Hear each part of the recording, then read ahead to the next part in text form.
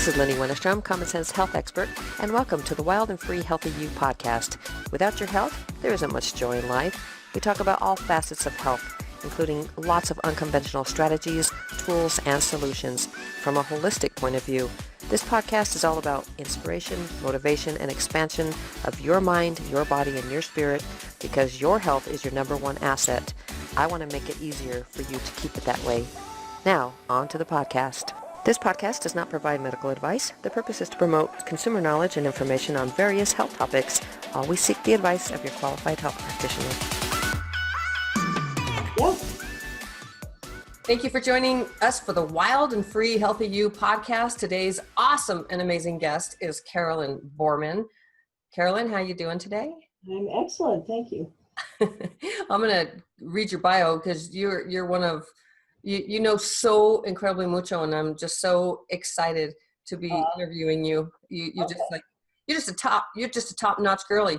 So Carolyn is a California native. She and her husband Paul are longtime residents of the Lake Arrowhead resort area in the beautiful mountains of Southern California. She's a holistic practitioner and traditional naturopath and has worked in medicine and allied health fields over 40 years.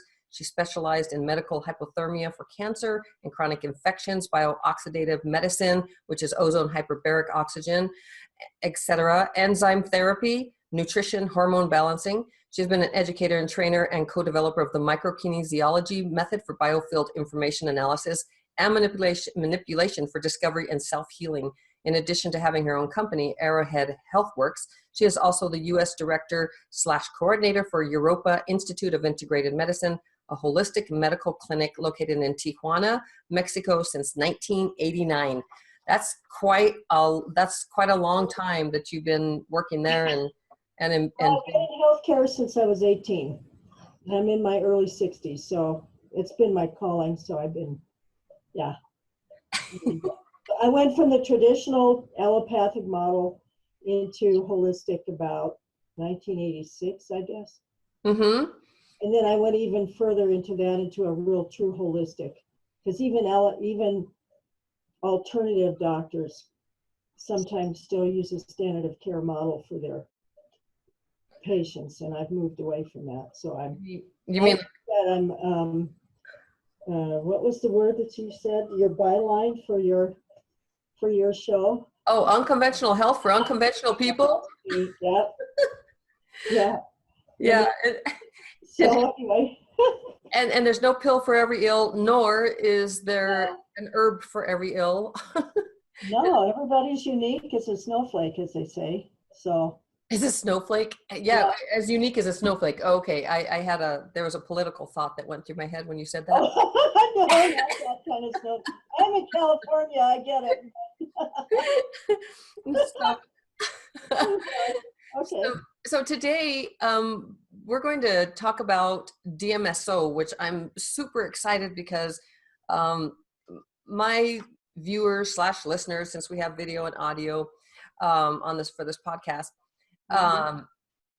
have followed my husband's heart event, which we call a heart event, right? Because we still don't know, but yet we know based on all the signs that that it was probably most definitely, since my mother literally almost died in my arms of a heart attack, and so like all the signs, the irritability, and then plus the actual physical signs, of the pain and all of that. So Dmso was such a big lifesaver, literally, and so I was so excited when you told me. I mean, we've talked so often and about so many things, and I was just so excited when you told me, when I said Dr. Stanley Jacobs, and you're like, I know Dr. Stanley Jacobs. And I did. He's been dead a few years. Yeah, and he's since in 2011, I think. No, he died in 15. Oh, in 15.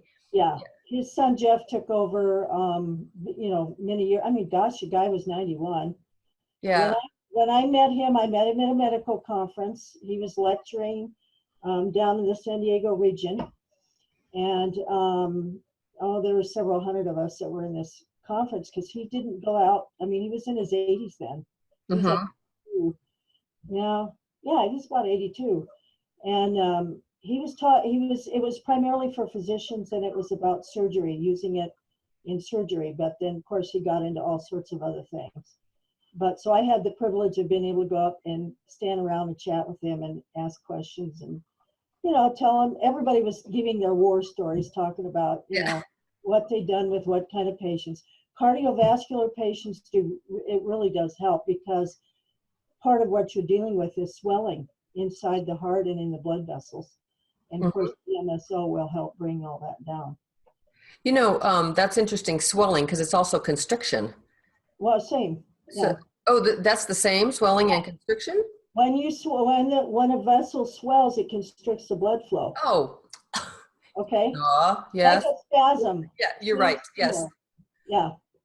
I was thinking of. Now it can be different in the sense that, you know, think about the pipes in your house. If they're clogged full of stuff, then that's restricted. But when you have an event where you have a whole bunch of inflammatory things that get released that cause inflammation, it can be something as simple as an allergic reaction to something that triggers it. Yeah. Right? Or you could have, it can also trigger heart attack or other things like that if you're really compromised. Infection, an undiagnosed viral infection, for instance, is, you know, not that uncommon for heart problems. So, and Dmso takes the swelling down. It's used in closed head injuries a lot, in emergency rooms and stuff. In Mexico, it's the hospitals, it's kind of a standard of care for closed head injuries. Closed head injuries. Closed head injuries. Closed head. Like football. Yeah, okay. And soccer and stuff, where the brain swells. Or even encephalitis and infectious swelling from an infection. Yeah. And so, yeah. So how would they use it on a closed head injury? Would they use it internally, or? You would use it IV. You're using it IV. Yes. Yeah. That makes sense. If you don't have IV, you can use it orally. Yes, that's how Steve, my husband. Yeah, we just put a cap full of the pure lab grade stuff in like a little glass of orange juice. Yeah. It's both fat and water soluble, and it does react with water. It'll have a thermogenic reaction. So it does. You know, you put it in a coffee mug or something in some distilled water, let it react, and then it's just a flash reaction, and then you can add whatever else you're going to add to it. So, yeah, it gets warm. Yeah, it does. Yeah, it's really interesting how that works. And so I didn't know that they use it in. I mean, is that common that they use it in? No, in the United States, it's not. It's only approved for two. It's only used for two things. There's a lot of controversy and a lot of political back and forth. It's been around in the industrial commercial realm since 1953.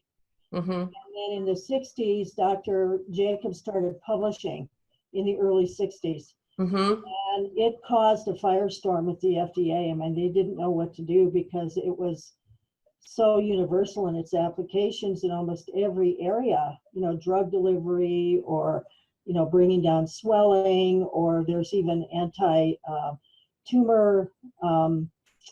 characteristics.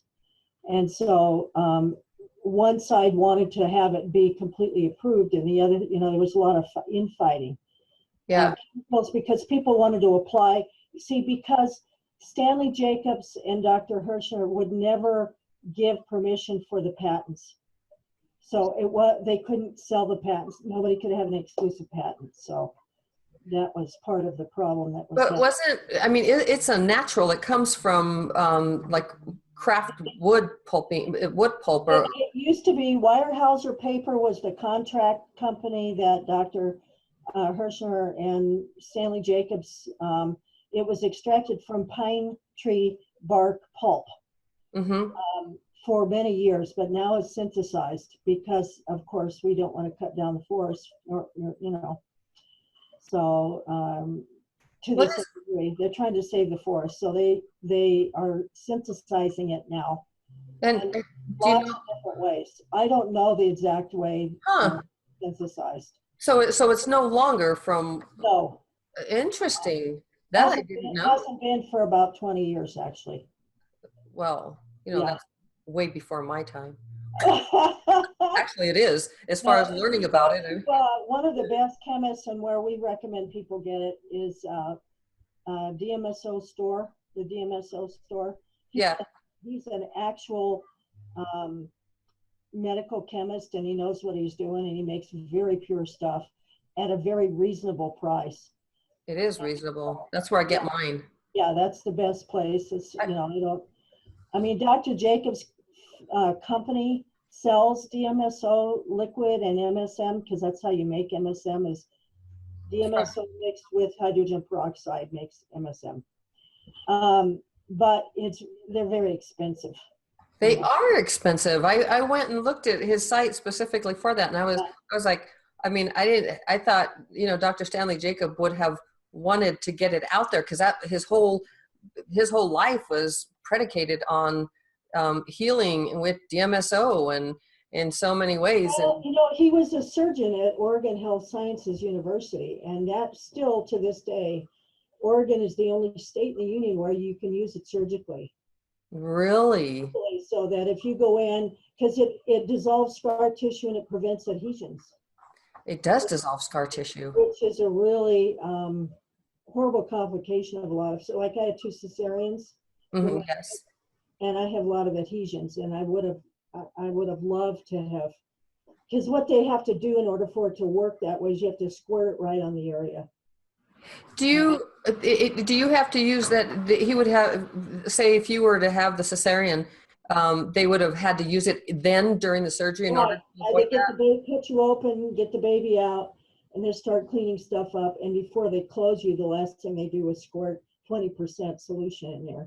Yeah, that makes all the sense in the world, because I think we talked about also. My listeners know about my husband's finger. He's cut it twice, like almost off with fish hook, and we just put DMSO on it and just kind of butterflied it together. And first we put iodine, and then we to clean it out, and then we put the DMSO to push that in even deeper, right? Because it's a solvent, and we'll talk about that. And within really like that first day, it was still, open and stuff. But the second day we put more on it. We kept it wet and kept putting it on there. And within 3 days, it was like almost just healed. And he has absolutely no scar and no nerve damage. No, nothing. Yeah. Fantastic. Yeah, that's one of the best. It's used a lot post-surgically for pain. And so, like, I have a friend, my friend Peggy, who owns a horse ranch down in San Diego, and they board American and train American saddlebreds, and there's like 40 horses in this facility. And she has hernias from lifting hay bales, and she's 75 years old, 77 years old, I guess now. What does she have? Horse ranch. No. But what is her condition? Oh, her condition is that she has torn hernias. Oh, torn hernias. Abdominal hernias from lifting 80-pound bales of hay and throwing them around for these horses, right? Yeah. So she's been into surgery a few times. They had meshes that they installed that failed and so on. But anyway, each time we would give her DMSO IV for pain management. And she never used Demerol or any of the opiates at all. That's major abdominal surgery. Especially an older person. And because of her horse ranch, she knows the benefits of DMSO. It's used a lot in equine. Yeah. Race horses, they use it topically on their legs. It's great for keeping the swelling down in their lungs when they're racing and stuff. It's interesting how just on animals it's used. The veterinarians use it all the time on animals for all kinds of stuff. Yeah. And it's like, why aren't we using this? Well, you and I know why we're not using this. Yeah. It's not, the Natera Medica has 2 legal uses. It's used to, in the liquid that they transport organs for transplant in to protect the organs. And it's used for interstitial cystitis, which is a chronic scarred bladder infections. for multiple infections. People get those that have used a lot of antibiotics.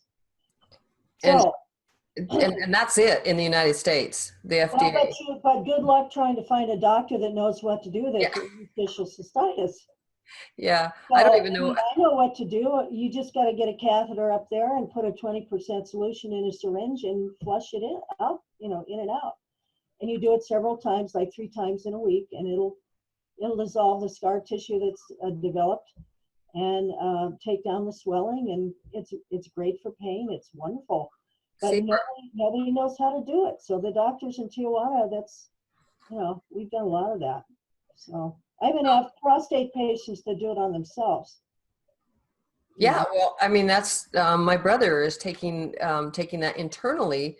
I had suggested that he might want to try that, and he had he was dribbling and very weak stream, and so obviously, and he had I think we chatted about this, but so he had a enlarged prostate. And it's like he's normal, everything's fine, and he hasn't stopped taking it. He's now like Dr. Stanley Jacob. He takes it every single day. Yeah. Just like, you just have to get used to the smell because it's a sulfur. Yeah, you're going to smell like garlic. And there is a deodorized version, and then there's a scent-free version, which are actually 2 different things.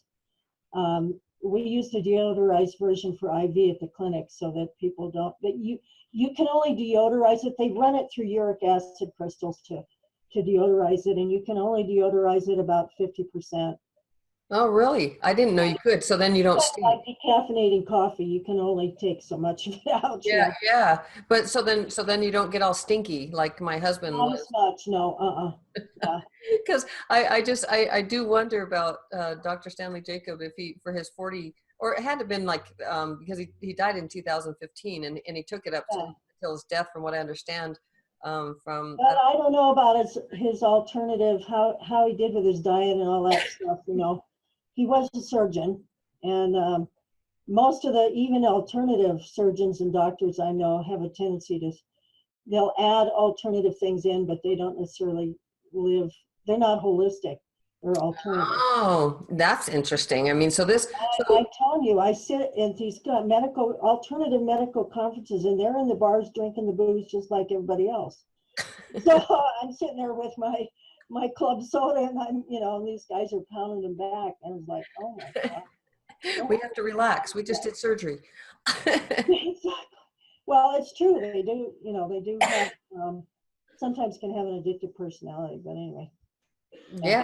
He No. was a very, very nice man, but I only met him and chatted with him, like I said, the one time. Now I, emailed back and forth with their company with lots of different patients. They would, and his son will still do this. They'll manage your patients for you long distance with the Dmso. Oh, really? So if you need to fly in, like I have clinic patients that, might have some post-surgical, maybe a woman's had her breast removed or something. Mm-hmm. And they're in the States, and so we'll send them over there, and he used to do a consult with them and get them on a home regimen. Yeah. Wow. Yeah, he used to do that, but as he got older, it got harder and harder. Yeah.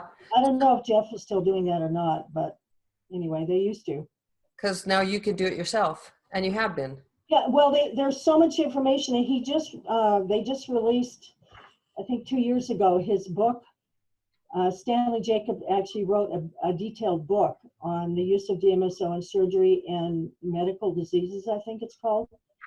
Oh, I don't think I know about that book. I mean, this is the one I have, and that's not Stanley Jacob. No, the Dmso book is, let's see, the one I've got the old version with Morton Walker. This one. Oh. Yeah, this is from one of the original ones. When Morton signed this for me, he's dead now, but I've had that since like 88 or something. Yeah. But yeah, so I guess I should probably get to your questions, huh? On the list that you sent? Well, yeah. We had a couple of listeners that were interested. I mean, it's okay. From the newsletter. It's like the people are pretty excited to. People are just tired of being in chronic pain and have all these issues. And so this is just something I want to get out there because it's just another tool in your tool chest. It's an excellent tool in the toolbox. Yeah, it's not a panacea, but it's amazing. Don't you think women are more apt to do this, to be the healthcare givers? Oh, of course, yes. Yeah, Yes. we're the nurturers. So this is why I prefer to work with women, because they're the leaders, but not leaders, yes, but influencers in the home, and in what comes in, foods that come into the home, and health ways that come into the home. I mean, they're the ones who arrange that. They're the ones that decide. Doctor, naturopath, Carolyn Bormann. You know what I mean? They're the ones who make. And you learn and you take care of yourselves at home and try to stay away from the doctors as much as you can, because I mean, there's a lot of really well-meaning people, but the system is so broken. Yeah, it really is. And there are some, there are some really, really good doctors. But it really is coming down to not a pill for every ill, and you can't cure somebody in 5 to 15 minutes, or not cure, but take care of somebody and really understand the patient and all of that. So yeah, we just have a couple of questions. If you could answer those, I'm sure. Oh, sure. So the first one is, can you take DMSO orally if you have silver fillings in your mouth? And you're not going to hold it in your teeth or anything, so I don't see a problem. Okay, so she thought that it could literally carry the mercury in her body. I know what she's thinking. Yeah. Okay. Yeah. No. No problem. Yes, okay. You should be able to take it. Just don't let it sit on your fillings. You're not gonna. It's not like a mouthwash where you're gonna hold it in your mouth. Yeah. Now, speaking of the mouth, I'm understanding you can, if your tooth is hurting, because it's also antifungal, antibacterial, antimicrobial, right? Is it? Yes, it is, and it's an anesthetic. An anesthetic. So you can put it, like, if you have your tooth is hurting, you can get a organic or your finger, which is clean, and put it, like, rub it and paint it on the tooth. I would use clove oil first, probably. Clove oil is an excellent anesthetic. Yeah. And then, you can mix it. See, the thing with DMSO that we haven't even touched on is it's a solvent and a carrier. Yes. Everything that you put with it, if I put one tiny little speck on my pinky toe, it's going to, I'll taste it in my mouth in about 30 seconds. It has a systemic, so whenever you use it topically, it's going to, you have to clean the area really well first, because you don't want to carry any staph that's normally on your skin in your bloodstream. With something like Bronner's, and not something like Dove. Yes, Bronner's is excellent. I use Bronner's a lot. Not some chemical laden soap. Oh God. No. Yeah, I mean, we need to put that in, because it does, push stuff in. I mean, so it is a carrier. Anyway, but so you clean it, and like in the mouth, yes, you've got all these millions of different kinds of bacteria. Yeah. But it's been done for 50 years, or 1950 to now. Yeah. And it's been used in oral health and everything. You can use it in your eyes for eye drops, for cataract. For cataracts, it'll help dissolve cataracts. There's a lot of. Isn't that cool? And macular degeneration. I haven't heard about. Now there's some question about that. I could see where it would help because of the swelling, but I don't have any clinical experience with it. We do with cataracts. So you've actually seen people right now to avoid early cataracts myself, because I'm almost 63, and Yeah, you're ancient. Things are starting to change. Yeah, I know. It's getting a lot harder to see as easily as I used to. So. Yeah, no, I get it. And so you make drops out of DMS? Yeah, I just do a 20% solution. Yeah, and, 20%. I took the eye drop solution that I'm using, that's got antioxidants and stuff, that's got a saline base, and I just put about 6 drops of DMSO, 99% pure, in there. And are you using like a glass dropper? I want to make sure that. Okay. Whatever's in the bottle, you can leave it in plastic. It's okay as long as it's the right kind. I'm not I would. If I would use it, but I'm not always a purist when it comes to that. But just because I need to be able to grab something quick. Yeah, and travel. Nobody, for some reason, none of these eye drop companies put stuff in glass. I haven't seen anybody except for the Dmso store.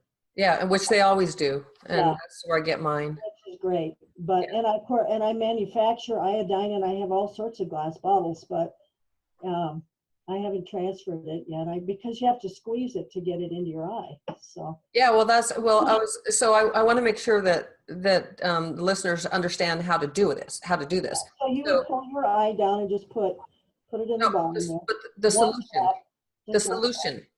Yeah.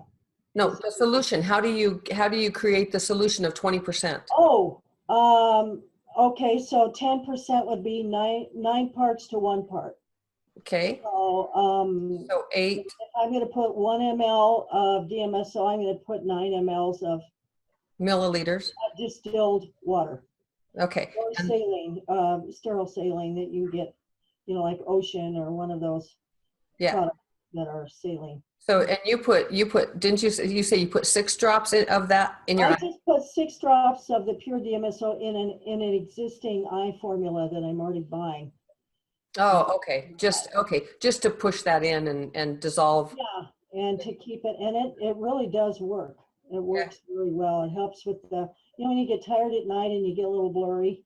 Yes. Small print in a book. Yes. And so I'll just put drops in my eyes, and it usually clears up in about 30 seconds. That's interesting, because I've never done that, and putting this podcast together and everything, I've spent a lot of hours doing stuff, and and just growing my business, and all that screen time is really hard in your eyes. That's what I was thinking. The screen time, it really is. It's difficult. Mm-hmm. We addressed the macular degeneration, and so that's not something that I don't know. There's some research out there, and there are doctors that use it all the time, along with other natural doctors that will use it with other treatments. But I don't have any experience. No, that's fine. Let me see what else. If there's anything else therapeutically, how that I know. I do want to ask you about crossing the blood-brain barrier. This is the really cool thing about it. I mean, you tell me if this is a really cool thing. It does cross the blood-brain barrier because that's how it works with closed head injuries. And okay. Down the swelling in the spinal cord and in the brain. Yeah. And this is why it works for paralysis. I mean, like a stroke. Yeah. Right. So I think in the book it says if you can get in within like 90 minutes of a stroke, is it 90 minutes? That seems right. Yeah. That's like the ideal. Ideal is right away. The ideal for me, if I was a stroke victim, is I'd start drinking it immediately. Mm-hmm. Putting, a capful or so, which is usually about 5 to 10 mLs into some juice, and start drinking it. If it hadn't affected the nerves in the throat, you can still swallow. Because some strokes will affect that. That's a good point, because that. And then hyperbaric oxygen, and so that will open it. That will shrink the tissues, but the hyperbaric will increase the blood flow like fast. And so, very frequently, I'd say, I don't know the exact percentage, but maybe about 40%, I'd guess off the top of my head. If you can get a stroke person in that kind of a treatment within about 40 minutes, you won't have any side effects. Yeah. So like you do that, but I mean, where would somebody find hyperbaric and the Dmso they could start taking? You want, hyperbaric oxygen is oxygen under pressure, and you want to do it in a freestanding healthcare facility. You don't want to do it, they can't do it in a hospital. It's off-label use. So they can't do it in a hospital. It has to be freestanding. But I'm in California. We've got quite a few facilities around here that offer it. But I think the best thing that people need to do is to be thinking unconventionally, and be like proactive, exactly, and think preventative, and like in case, like where would there be a hyperbaric chamber? Because right now I couldn't tell you where there was a hyperbaric chamber You've in got a Denver. couple in Denver. There's Oh, several in Denver. I'm sure there are lots of them. There's a whole list online. You can go, and it's all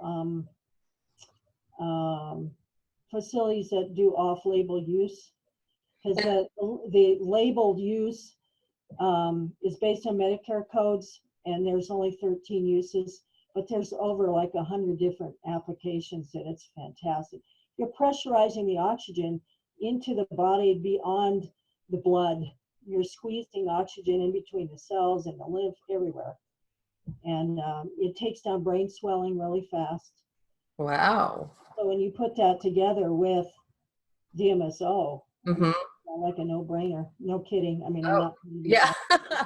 No, it's a very, at least in Mexico and in the group that the group of doctors that I know of, Uh-huh. yeah, Dmso is almost used. It's very common to use it, I should say. You mean common to use it in your clinic in Mexico? Or not just in Mexico. I mean, we've used it in Mexico for, gosh, as long as I've been down there, since the 80s. But the alternative integrative doctors up here oh, really? are using it. Yeah. Yeah. They're not, it's not official. It's not an official medical treatment, but they'll use it. Sure. So intravenously. I mean, a lot of or even orally, getting people to drink it. And If you came in, I have a good friend, Dr. Ben Johnson, who's a physician friend of mine. He's a concierge doctor, travels around the United States treating people. He uses Dmso almost as a regular course of treatment, because a lot of conditions have swelling as the byproduct. Yeah, there's so much. Your ankle, you break your ankle, it swells up. You put the Dmso gel on there, and it just shrinks it right down. I don't know whether we talked about this or not, but I mean, I have literally, I'm doing box jumps in the gym 2 times. Oh gosh. Pulling my hubby's kayak. And so 3 times I've sprained my ankle, and 2 times pretty bad, like super swollen and already starting to bruise. And so I get my little comfrey, right? And I get comfrey, and then I make a poultice and put the Dmso like on it just to like drive it in, right? And within 12 to it's overnight that I wake up the next morning. I mean, I keep it on all day. I kept it on all day, all 3 times. And then as soon as like I wake up and stuff, I look and it's just like nothing ever even happened. It's the healing, the cell proliferation with comfrey, and then the Dmso with its own anti-inflammatory properties, and then it's, what do you call it when it pushes it in? The solvent, and carrier. Yeah. It's just like it's miraculous. I mean, it feels miraculous. Yeah, I mean, it's God-given, but that's where miracles in that. But it's amazing how quickly it works, and no pain. So I love it. I mean, I don't go anywhere. I mean, that's why I'm creating that unconventional health kit for people, because I don't go anywhere without my cayenne and lobelia and my Dmso and an emergency kit, and vinegar, and you should have the cayenne, like you said, and lobelia, and or vinegar for opening up blood vessels. Yeah. And then Dmso for sure. Yeah. Oh yeah. I mean, that's like if you have nothing else, that, I mean, even for burns, and it's well, tell us how it works with burns. Okay, so first of all, with burns, of course, you've got the risk of infection is very high. Depends on how deep the burn goes as to the effects that it's going to have. Of course, it's going to bring down the swelling and the pain. Yeah. And it will accelerate the healing process so that the burn heals fast. It works really well. I have in Mexico, we see a lot of women coming in that we call them barbecued boobs. They come in from their cancer treatments. And they literally look like blackened chicken. Oh, that's. You get these women that have had radiation treatments. Yeah. So one of the things that we use is an aloe extract in Dmso gel, Mm-hmm. and they put it on the poultice on the breast. Yeah. And it really does accelerate it. First of all, it gets rid of the pain. They're in so much pain, and a lot of times they don't want to get, they've been put on, prescribed OxyContin or some other heavy pain medicine. Yeah. They don't want to do it. And if you can avoid that, but so what? You stink like garlic, but Yeah. it beats the heck out of getting addicted. So anyway, so we've done that a lot with really good aloe, like the stuff that Patrick has. Or Yeah. there's other really good. I use an aloe powder. That's activated, but anyway, but yeah, it works really well for that. For burns and for wound care in general. Wound care. Yes. Yeah. Let me see what else I have on here. Um,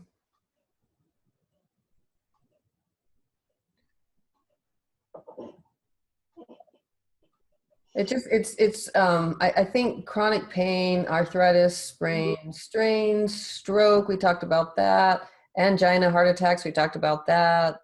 Injuries of the brain and spinal cord, we talked about that. I mean, this. You can rub it right on along the spine, just clean, wipe the skin first with an antibacterial, and then put it on the spine. So if you did, for arthritis, it has to be done over time, though. It's all of these, the responses are based on the patient's ability to heal. If you have a really advanced type 2 diabetic who can't heal a shin wound, then it's going to take, they may have a harder time because the blood vessels aren't there to deliver it. That's a good point. So it will work. But if you're, if you're basically healthy, it'll work quickly. Pretty quick, yeah. Yeah. So that's a good thing that you're talking about, because and not going with type 1 as much, but type 2 is like, and my understanding is type 1 may even be, you may be able to work with that, but I mean, reversing, like getting the pain. Well, that's vaccine induced almost 100%. Which, you mean type 1 is vaccine induced? Yeah, they develop an autoimmune, they develop antibodies against the pancreatic islet cells. So the pancreatic islet cells. Islet cells? Islet cells are the part of the pancreas that produces insulin. Oh, and So, which part of the vaccine, what in the vaccine?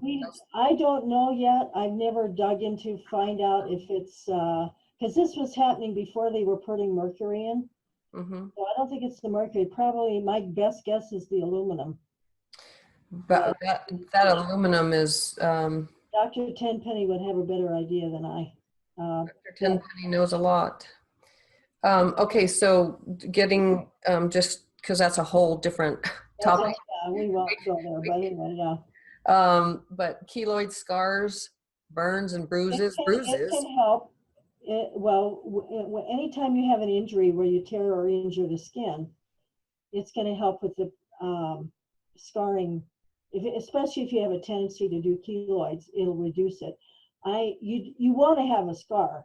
Like, I don't want to have an open wound where my cesarean was, Yeah, exactly. Scar, right? You want to close that up? If it becomes too much, it has to be injected right into the scar itself in order to reduce those large scars. I've rubbed my cesarean scar with that and all sorts of other things to try and get it to reduce, although it really isn't a big deal for me at all. But some women I know develop, really intense scarring. And I think it needs to be put in there with some other things directly.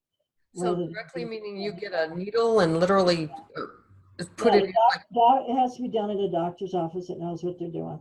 Yeah. But that doesn't stop you from using it if you, maybe putting some aloe vera or something and doing it on yourself, because I reduced, I had a, I don't even know if you can see it, but I had a, look, I had a, it was a mosquito bite in like November from Florida, and it just got it just got infected and all. I mean, I still don't know what it was. I mean, it makes me wonder, like little bioengineering or something. It's weird. And I mean, what mosquito bite ever gives you like a cut and a sore and it was, it was so itchy. And so I don't know. Anyway. Did you actually see the mosquito? No, I mean, but there were lots of mosquitoes. Oh, so. Of course. It's a state bird down there. But so I had several, but that one was different. And it just got, it got big and infected. It was so itchy. And I put MMS. So, just not, but the chlorine dioxide, not the chlorine, but the, anyway, and I put that on it just because that's an acidic bite, right? So I tried to alkalize it, and that didn't work, and it worked on all the other ones, but it didn't work on that one.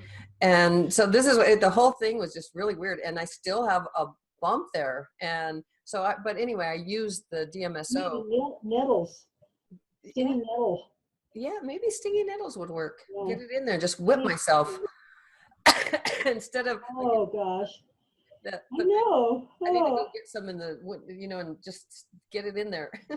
Get that acid in there. Quercetin works really well. You can get quercetin powder. Quercetin is a bioflavonoid. You mean QUER, quercetin? Yeah, quercetin. Yeah. Okay. And you can get the powder and make a paste and put it right on there. Ah, well. On a bandage. Yeah. I keep learning stuff. On contact. Yeah. Well, yeah, almost. It's the itching that's.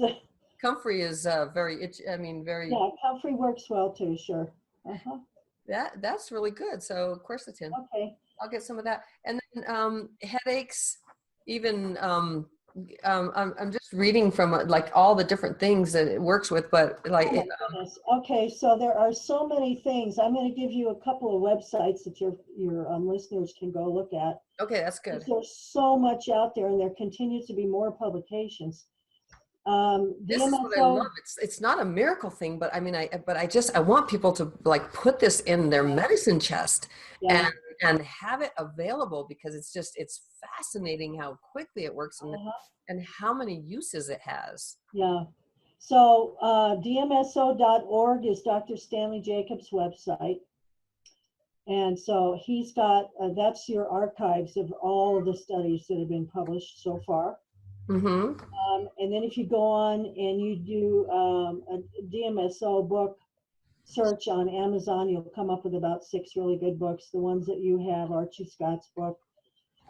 Dr. Fisher's is the newest one from Germany. It's got a little tree frog on there. Yeah, I don't have that one yet. And then Dr. Stanley Jacobs, his new book. Well, for me, it's new. It was published a few years ago, but yeah. It's very technical. It's a surgeon talking to doctors, so it's a little, it can be, some people may not want it, but if you have a proclivity for, and it doesn't bother you, then go for it. That's the kind of stuff I love, so. Yeah, me too. Okay. And okay, so that's good. Mm-hmm. Anything else you want to add on? I mean, like some of the things that you've, some non-miraculous, but miraculous healings. I mean, you've already talked about a few things. Well, we use it, at the clinic. EuropaInstitute.org is our clinic website, because we're in the Tijuana, San Diego border zone. We're 500 yards from the gate on the Mexican side. What's the name? What is the? Europa, EUROPA. Europa.org.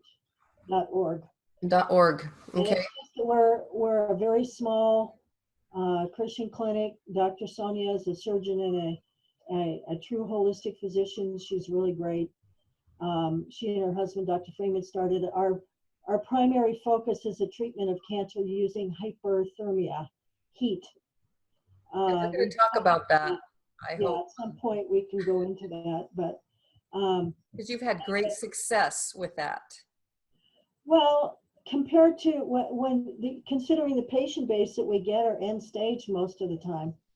End stage as in like, okay, I have stage 4 or. They come home with their pink card to die and they're on morphine Yeah. And so we figure generally, we only see them during the time they're there. They don't usually come back because most of our patients are foreign. They're coming from around the world. We get a lot of Canadians, Europeans, Yeah. and some local Mexicans, but it's not covered by national health, so they don't usually tend to come, see us. But in any case, but the DMSO we use it a lot, almost every day for our cancer patients. Yeah. Headaches, you can use it on a headache, but best to figure out why the headache. What's going on? Is it food allergies? Is it an infection? Is it hormone imbalance? What is it? Well, it's always good to find the root cause, but when you have a headache, you just kind of want to. Oh, believe me, I know. I know. It's just like, let's see if I could just put DMSO around here, and then I can figure out like what is going on with me. You know what I mean? Yeah. But I just think it's really cool that you can. Well, I used to give my daughter when she was home. She's 35 now and lives in Seattle, but she was diagnosed with migraines. And hormonal, and it was also food related. She had a lot of food allergies. And, soy particularly would set her off, and I knew it, but she had to go through hell first herself before she could finally agree that it was food related. I think soy sets a lot of people off. It does. It's really toxic, but in her case, Yeah. But she was one of these teenagers that said, "I won't eat anything with eyes," and all that. And it changed as time went on. That changed. But the DMSO I used to give her, we had like a deodorant roller ball. Yeah. And she, I would roll it across her forehead and let her lay there we do that and some other herbal things to try and help. But yeah, those, yeah, in the feed store, you're looking at $6 or $7 for the gel, the roller ball, the liquid. It's not expensive stuff now. When it was made from paper pulp, it was much more expensive. Well, that makes sense. I really didn't. I always thought that it was still natural, so it's not natural any longer. It's synthesized. Well, the molecule is identical, but the source is no longer from pulp. I wonder how they. But considering what they're doing with chemtrails and all that, I really don't want to drag that stuff into my bloodstream. That's in the trees, Yeah. So it doesn't bother me, and it works the same. And the fact that he is able to synthesize it and get the price down is really nice. So. Okay, so Carolyn, thank you so incredibly mucho. People can reach you at Europa.org. EuropaInstitute.org is our clinic, or my website is arrowheadhealthworks.com.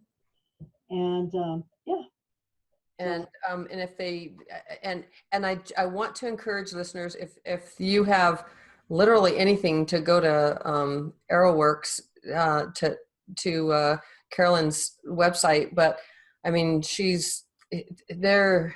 I'm going to have her on this as many times as she will allow me, because her knowledge. Wait till you hear Judy Mikovits when you get her on. Your phones will blow up. Yeah. Well, if I had phones, but this is a recorded podcast. Oh, okay. That's right.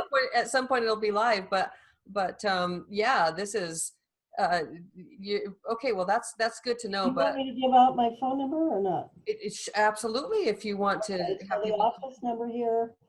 I'm in California. It's 909-338-3533. That's my business line. And And what's your email? C. Bormann, CBORMANN @DSLextreme.com. Okay. Okay. And I'll put that on the show notes. Okay. So underneath the podcast. Thank you. Okay. Thank you so much. I appreciate it, and we'll see you again soon. Okay. All right. I look forward to watching the progress of your show. I think it's terrific. Thank you for listening to today's episode of the Wild and Free Healthy You podcast. Hope you learned something new. You can connect with me at LynnieMotivates.com. You can also sign up for my newsletter and podcast notifications.